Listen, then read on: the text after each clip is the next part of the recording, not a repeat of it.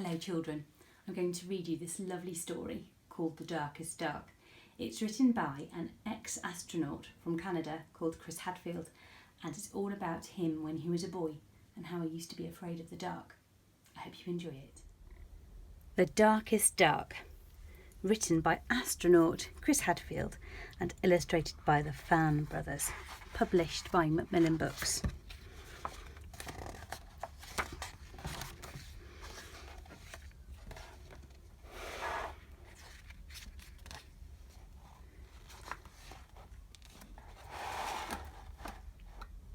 Chris was an astronaut, an important and very busy astronaut. Do you think he's really an astronaut at the moment? No, he's just playing, isn't he? He's playing in a rocket and he's pretending. When it was time to take a bath, he told his mother, "I'd love to, but I'm saving the planet from aliens." Look, he's got a little water pistol here, and this must be his little dog. He's dressed his dog up as an alien.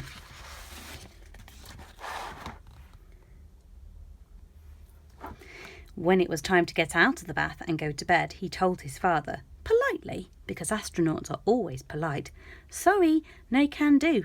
I'm on my way to Mars." An astronaut's work is never done, so astronauts do not like to sleep. Do you go to bed when you're told? Do you like to go to sleep, or would you rather stay up a bit longer? Astronauts do not like to sleep, but their parents do. Oh dear, let's have a look in the bed. What's happened? We've got Chris's mummy and Chris's daddy. They're both awake, but the doggy and Chris are fast asleep. So I think Chris has come into their room because he couldn't sleep, but it's keeping his parents awake. "You're a big boy now," said Chris's father. "You have to sleep in your own bed." I'm going to zoom out so you can see this picture. Look. And Chris tried. He really did. But his room was very dark. Very, very dark. The kind of dark that attracts the worst sort of aliens. Look. Do you think these are really aliens? Do you think they're really in his room? Have you ever turned the light off at bedtime and you can see shadows? Sometimes your brain turns the shadows into shapes, don't they? And I think that's what's happening in this picture. But his parents meant it. Look, he's out of bed again. Chris was going to sleep in his own bed tonight. Look, he's going back to bed. His mum and dad checked under the bed and in the wardrobe and even in his underwear drawer. Look at the little dog. It's got a sock in its mouth.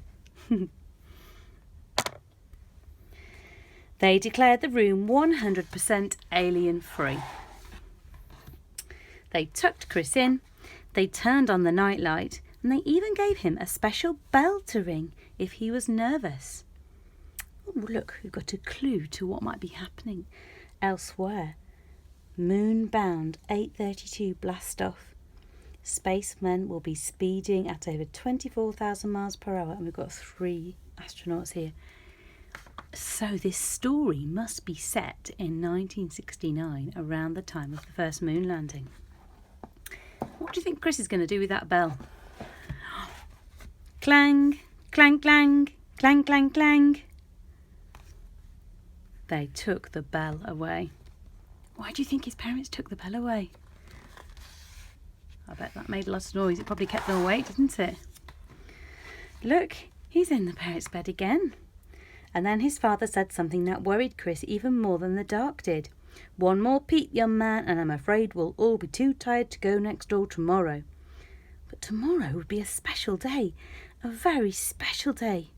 Chris had to go next door. His life pretty much depended on it. What do you think was going to happen the next day?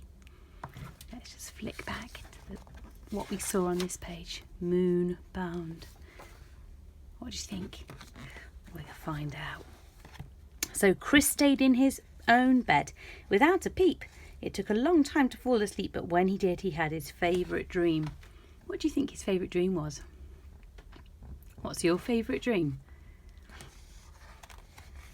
He flew his spaceship all the way to the moon.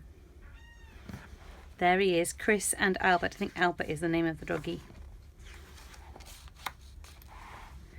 The next day seemed to last forever, but finally, when the moon was shining over the lake and the summer wind was ruffling the leaves of the tree, Chris ran next door. I wonder what they're going to do.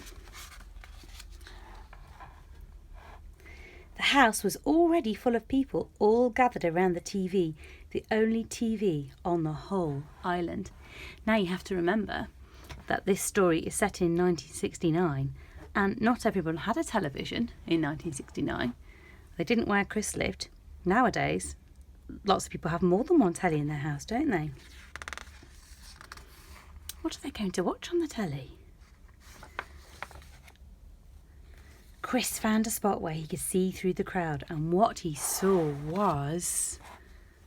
Let me zoom in. Astronauts, real, live astronauts on the actual faraway moon. They were wearing puffy white suits and jumping for joy, jumping so high because there was so much less gravity there. The grown-ups huddled around the TV were amazed. Their whole lives long they'd never expected to see this sight. Even Chris, who had been to the moon just the night before, was amazed. He'd never really noticed how dark it was there. Outer space was the darkest dark ever.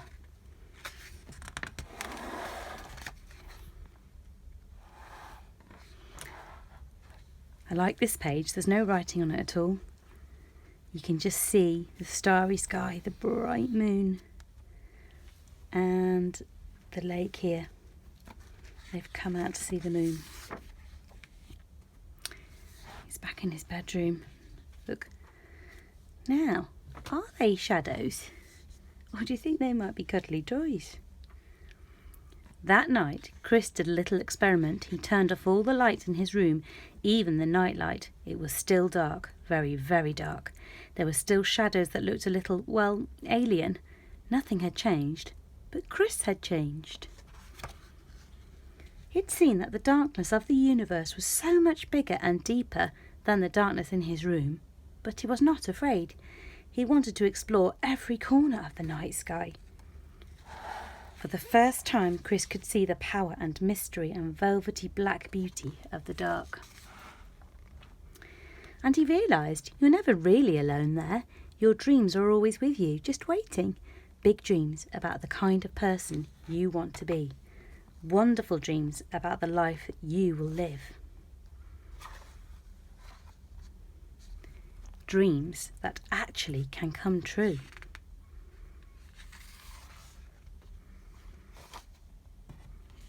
I'm just going to go a little bit further forward now. So, this was Chris when he was a little boy. And his dream did come true because he became an astronaut.